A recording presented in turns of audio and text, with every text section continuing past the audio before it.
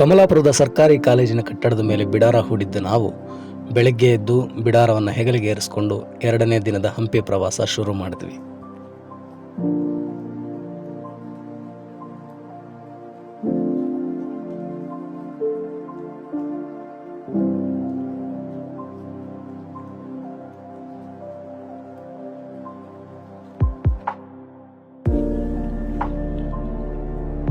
ನಮಸ್ಕಾರ ಸ್ನೇಹಿತರೆ, ಹಂಪಿ ಸರಣಿಗೆ ತಮಗೆ ಆತ್ಮೀಯವಾದಂಥ ಸ್ವಾಗತ.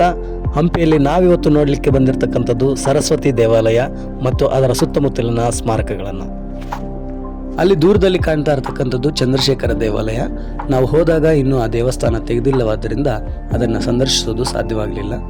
ನಾವಿಲ್ಲಿ ನೋಡ್ತಾ ಇರತಕ್ಕಂಥದ್ದೇ ಸರಸ್ವತಿ ದೇವಾಲಯ. ಅಚ್ಯುತರಾಯ ದೇವಾಲಯ, ವಿಠಲ ದೇವಾಲಯದಂತಹ ದೊಡ್ಡ ದೊಡ್ಡ ದೇವಾಲಯಗಳನ್ನು ನಿರ್ಮಾಣ ಮಾಡೋದಕ್ಕಿಂತ ಮುಂಚೆ ಈ ರೀತಿ ಒಂದು ಸಣ್ಣ ಮಾದರಿ ದೇವಸ್ಥಾನವನ್ನು ನಿರ್ಮಾಣ ಮಾಡ್ತಾ ಇದ್ರು. ನಾವಿಲ್ಲಿ ನೋಡ್ತಾ ಇರ್ತಕ್ಕಂಥದ್ದು ಅಂಥದ್ದೇ ಒಂದು ದೇವಸ್ಥಾನ.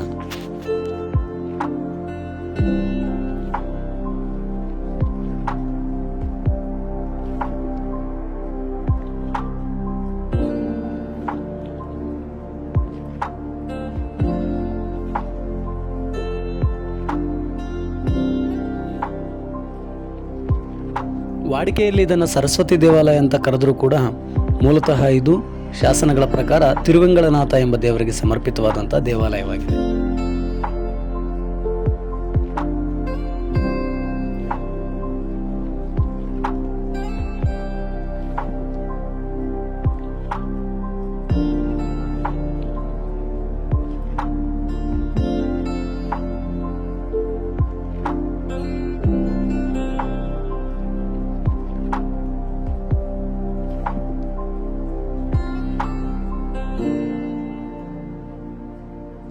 ಹೊರಭಾಗದಿಂದ ಅದ್ಭುತವಾಗಿ ಗೋಚರಿಸತಕ್ಕಂತಹ ಮುಖ್ಯ ದೇವಾಲಯದ ಶಿಖರವು ಒಳಭಾಗದ ರಚನೆಯಲ್ಲಿ ಈ ರೀತಿಯಾಗಿ ಕಾಣುತ್ತೆ.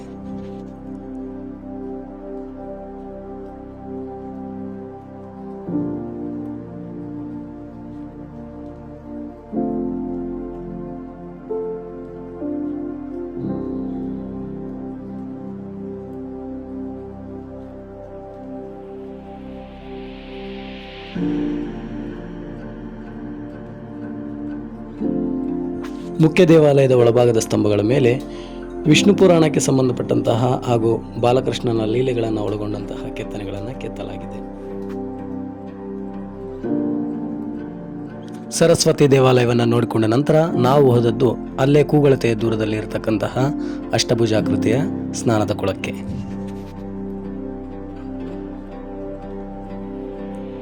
ವೃತ್ತಾಕಾರವಾಗಿ ನಿರ್ಮಾಣಗೊಂಡಂತಹ ಈ ಈಜುಕೊಳದ ರಚನಾಶೈಲಿ ತುಂಬ ವಿಶೇಷವಾಗಿದ್ದು ಮಧ್ಯದಲ್ಲಿ ವೇದಿಕೆಯನ್ನು ಕೂಡ ನಿರ್ಮಾಣ ಮಾಡಲಾಗಿದೆ.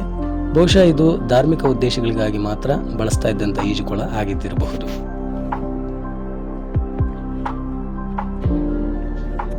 ಈ ಈಜುಕೊಳವನ್ನು ನೋಡಿಕೊಂಡ ನಂತರ ನಾವು ಹೋದದ್ದು ಹಂಪಿಯ ಏಕೈಕ ಗುಹಾಂತರ ದೇವಾಲಯವನ್ನು ನೋಡಲಿಕ್ಕೆ.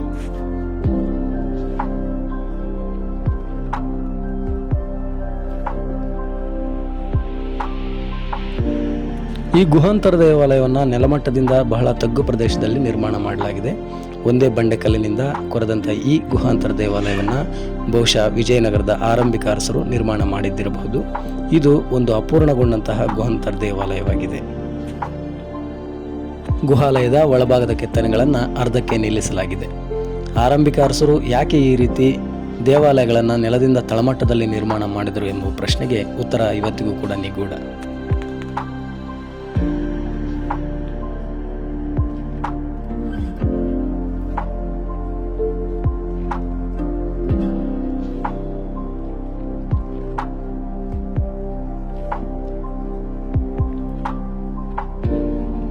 ಈ ಗುಹಾಲಯದ ಒಳಭಾಗದ ಪ್ರವೇಶ ದ್ವಾರದ ಮೇಲ್ಭಾಗದಲ್ಲಿ ಕೆತ್ತಲಾದಂತಹ ಗಜಲಕ್ಷ್ಮಿ ಉಬ್ಬು ಶಿಲ್ಪದಿಂದ ಈ ಗುಹಾಲಯವು ಬಹುಶಃ ವೈಷ್ಣವ ಪಂಥಕ್ಕೆ ಸೇರಿದಂತಹ ಗುಹಾಲಯ ಆಗಿದ್ದಿರಬಹುದು ಎಂದು ಅಂದಾಜಿಸಬಹುದು.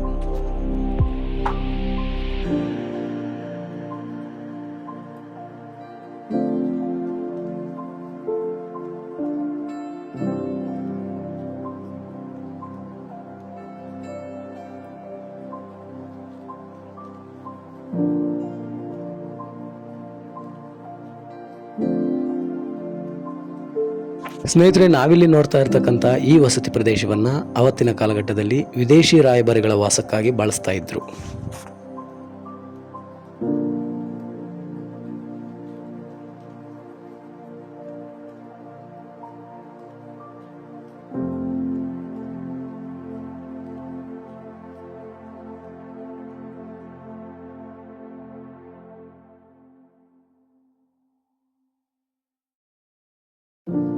ಸ್ನೇಹಿತರೆ, ನಾವಿಲ್ಲಿ ನೋಡ್ತಾ ಇರತಕ್ಕಂಥದ್ದು ಹಂಪಿಯ ಪ್ರಮುಖ ಪ್ರವೇಶ ದ್ವಾರಗಳಲ್ಲಿ ಒಂದಾದಂತಹ ಸಿಂಗಾರದ ಹೆಬ್ಬಾಗಿಲು.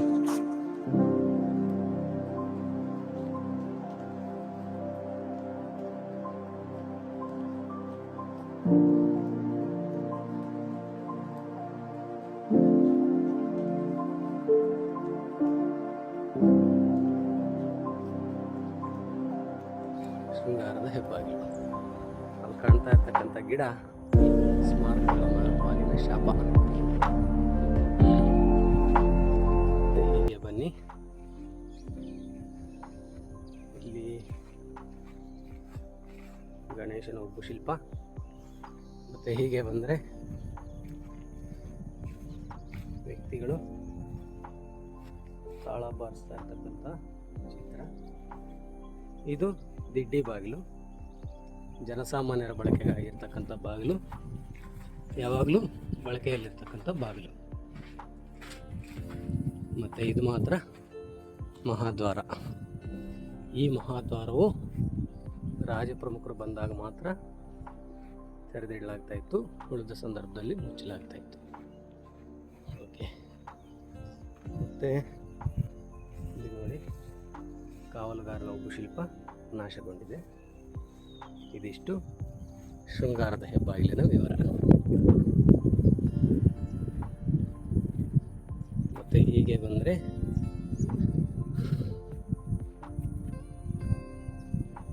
ಇಲ್ಲಿಂದ ಮೇಲೆ ಇದು ದೇವಾಲಯ.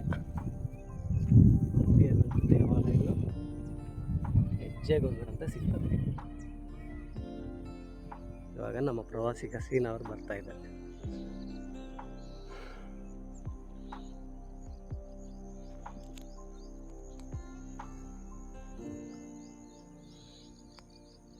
ಸಿಂಗಾರದ ಹೆಬ್ಬಾಗಿಲನ್ನು ನೋಡಿಕೊಂಡ ನಂತರ ನಾವು ಹೋದದ್ದು ಅಲ್ಲೇ ಪಕ್ಕದ ಪುಟ್ಟ ಗುಡ್ಡದ ಮೇಲೆ ಇದ್ದಂತಹ ದಶಾವತಾರ ಮಂಟಪವನ್ನು ನೋಡೋದಕ್ಕೆ. ಶ್ರೀ ರಾಮಾನುಜಾಚಾರ್ಯರು, ಇದು ಮತ್ಸ್ಯಾವತಾರ, ಕೂರ್ಮಾವತಾರ, ಇದು ಬಂದ್ಬಿಟ್ಟು ವರಾಹ ಅವತಾರ, ನರಸಿಂಹಾವತಾರ, ಮತ್ತು ಇದು ವಾಮನಾವತಾರ, ಶ್ರೀರಾಮ, ಬಲರಾಮ, ಇದು ಬಲರಾಮ, ಇದು ಶ್ರೀರಾಮ, ಇದು ಪರಶುರಾಮ, ಮತ್ತು ಇದು ಯಾರಿದು ಮಹಾವೀರ, ಇದು ಹಯಗ್ರೀವ, ಇದು ನರಸಿಂಹ ಸ್ವಾಮಿ, ಉಗ್ರ ನರಸಿಂಹ, ಇದು ಉಗ್ರ ನರಸಿಂಹ ಕೂಡ ಉಗ್ರ ನರಸಿಂಹ, ಬುದ್ಧಾವತಾರ.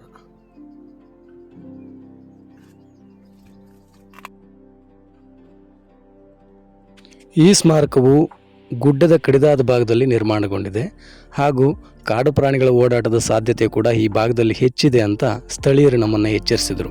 ಹಾಗಾಗಿ ಒಬ್ಬಂಟಿ ಪ್ರವಾಸಿಗರು ಈ ಸ್ಮಾರಕದ ವೀಕ್ಷಣೆಗೆ ಬರದೇ ಇರೋದೇ ಹೆಚ್ಚು ಸೂಕ್ತ ಎಂಬುದು ನನ್ನ ಅನಿಸಿಕೆ.